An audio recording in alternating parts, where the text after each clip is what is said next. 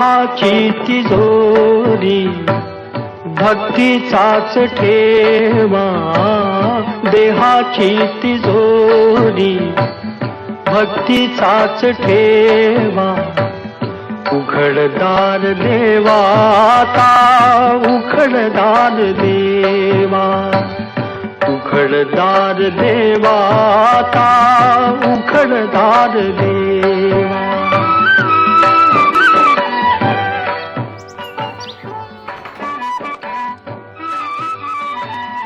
पिते दूध डोळे मिटू. अब्बा हम दोनों ऑफिस जा रहे हैं.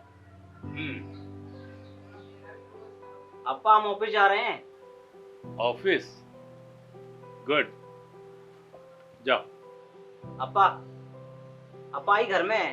अरे मुझे पता है, पिछले 40 सालों से उसके साथ गृहस्थी कर रहा हूँ. वो इस समय कहाँ होगी और क्या कर रही होगी सब पता है मुझे. अप्पा, इन्हें आपसे कुछ कहना है.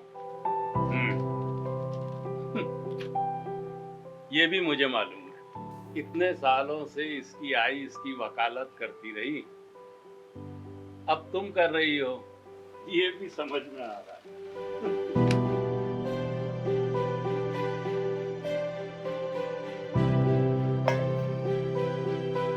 हाँ तो रविराम, बोलो क्या कहना चाहते हो? नहीं बाबा, वो मैं बोल रहा था कि बाबा ये घर अपने को छोटा पड़ता है ना. हाँ अप्पा, ये सही कह रहे हैं. ये बाड़ा अपना है, पुश्तैनी.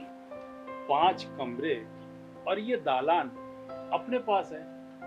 अब हम दोनों, तुम दोनों और अपना वो पोता, कुल मिलाकर 5 लोग हैं.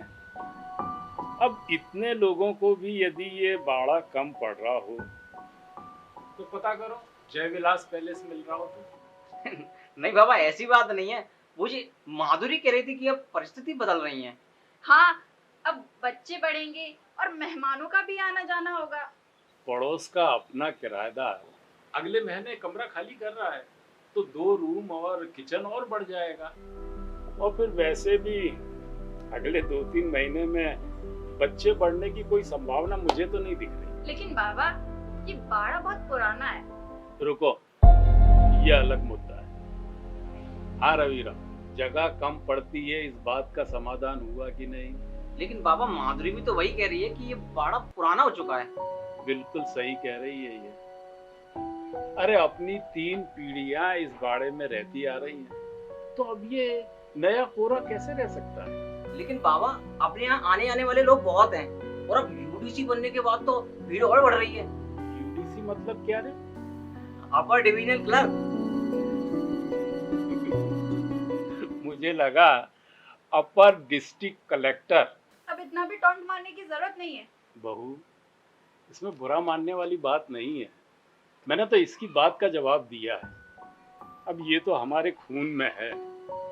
कल को तुम्हारा लड़का भी बड़ा होगा ना, तो ऐसा ही बोलेगा. कल को मेरे ऑफिस के 4-6 लोग आएंगे, तो मुझे तो इस पुराने बाड़े को देखकर ही शर्म आती है. पुराने तो हम भी हो गए हैं बहू, हमें भी देखकर शर्म आती होगी. नहीं नहीं, ऐसी बात नहीं है. नहीं कैसे, जरूर आती होगी. अब मुझे लगता है कि मुझे वानप्रस्थ आश्रम स्वीकार करते हुए हरिद्वार के किसी आश्रम में चले जाना चाहिए. क्या सचमुच आपकी ऐसी इच्छा है? अब हमारी इच्छा का प्रश्न ही कहाँ उठता है बहू. और वैसे भी हमारे यहाँ रहने से तुम लोगों को वो मॉडर्न तरीके से रहने में परेशानी तो आ रही होगी ना. अप्पा, अब हमें भी तो परिवार चलाने का अनुभव होना चाहिए. बिल्कुल सही, बिल्कुल सही कहा.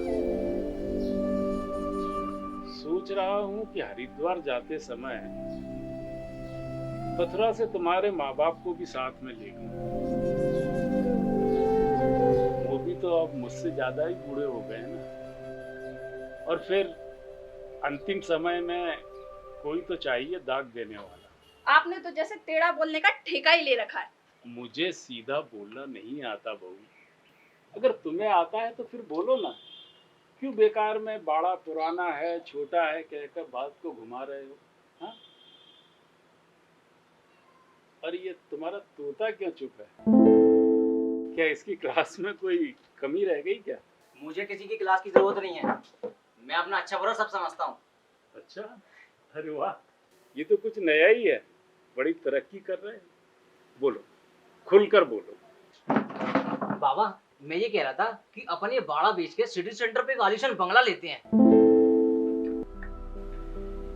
ये बाड़ा मेरे समेत भी बेचोगे ना तो भी सिटी सेंटर में बंगला नहीं मिलने वाला। लेकिन बाबा, वो प्रोविडेंट फंड और ग्रेजुटी के पैसे भी तो हैं। अरे वाह, मतलब वो भी तुम्हारे हिसाब में है, फिर भी बंगला तुम्हारे हाथ नहीं आने वाला। बचे पैसों के लिए हम लोग लोन ले लेंगे और जिंदगी भर लोन चुकाते बैठेंगे। तुम्हारे जो बच्चे होंगे उन्हें मैं और तुम्हारी आई पालेगी।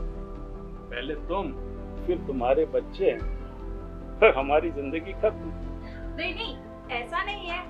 अब आपको और आई को भी तो आराम की बहुत जरूरत है। बहू, कितने दिनों बाद तुमने ये सच और अच्छे शब्द बोले हैं। आप दोनों यदि अपने गांव के मकान में जाकर रहते तो कितना अच्छा होगा। ताजी हवा, ताजी सब्जियां। अच्छा अच्छा, तो ऐसा कह रही हो, मतलब मैं अपना ग्रेजुटी और प्रोविडेंट फंड का पैसा तुम्हारे हवाले करके ठंडी हवा खाने गांव जाऊं। आपको बीच बीच में आते रहना ना अपना बंगला देखने के लिए।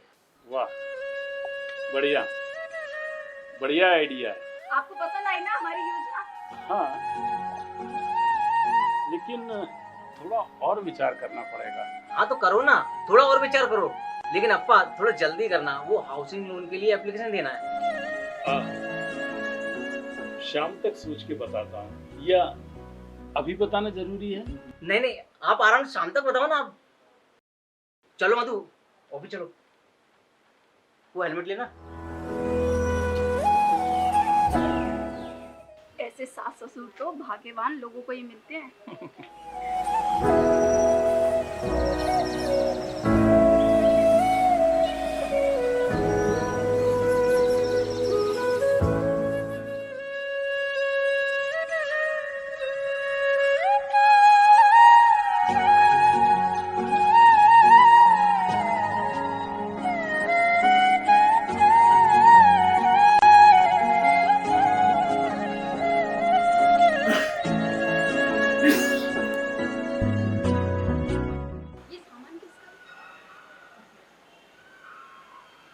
तुम ठहरो, मैं देखता हूँ।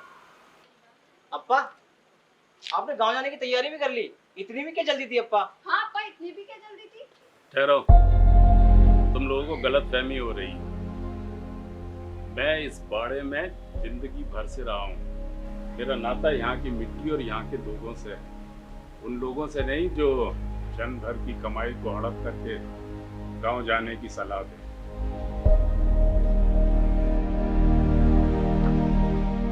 ये सामान तुम्हारा है,